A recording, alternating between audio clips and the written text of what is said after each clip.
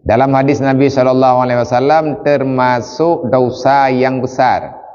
Sabda Nabi SAW, tiada daripada dosa yang lebih besar. Antara lain, dosa yang paling rayuk syirik. Lihat syirik pun, nah padum-padum macam.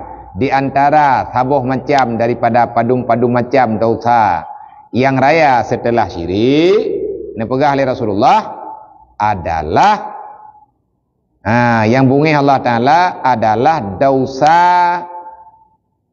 nutfah. Artinya mani. Ia mani yang dihantarkan dia oleh laki-laki dalam rahim sidro urinang yang tiada halal baginya. Artinya urang mudina. Nyan bahasa yang lain. Bahasa yang lain yang lebih sopan. Anak kekendina dosa yang raya leh syirik, yang paling raya syirik. Leh dasar syirik tu, leh dasar-dasar lain tu. Yang raya-raya, yang imiup syirik becut. Nampak tu macam dan jai macamnya. Salah sabuh macam dosa raya leh syirik adalah dosa tidra uragam yang gemedina ngan tidra urinang. Artinya kepertamang ia mani ganyan dalam rahim urinang yang hana hala bagi gatnya. Maya bahasa hadis ji daripada nutfah yang kepeduk li urang akannya li uraga makanya nutfah dalam rahim yang hana hala baginya. Artinya urang berzina. Nyan dosa taboh tingkat miyub daripada syirik. Na'udzubillah min zalik.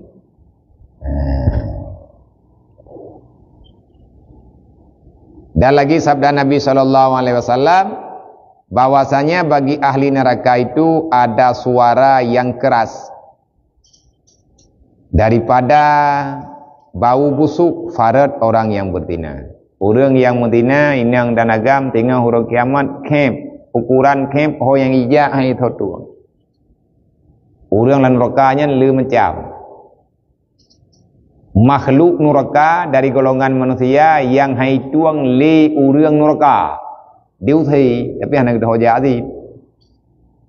Tikatoi ngaur lain yang sama-sama kadang ngadep, tapi ukuran camp ithe le awak lain lang na lan neraka. Bek aja kena mah, bek pulan, bek pulin bungeh gop. Hoi ijak irhom le urang.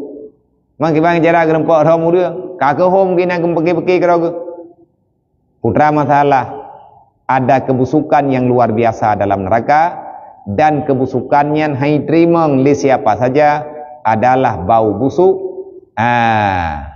kemaluan orang yang berzina, baik laki-laki dan perempuan. Hana terbanding bebangkin tersiksa. Ii purung bibiraya kem tetap putra kem le thoi le pakon kem tat siksa jatakan, tapi ukuran kemnya mutamah tersiksa. Na'udzubillah min dzalik. Semoga Allah napujuh dayo, napujuh keluarga dayo, anak-anak keturunan dayo daripada buat yang paling dibenci dalam agamanya. Yaitu masalah dina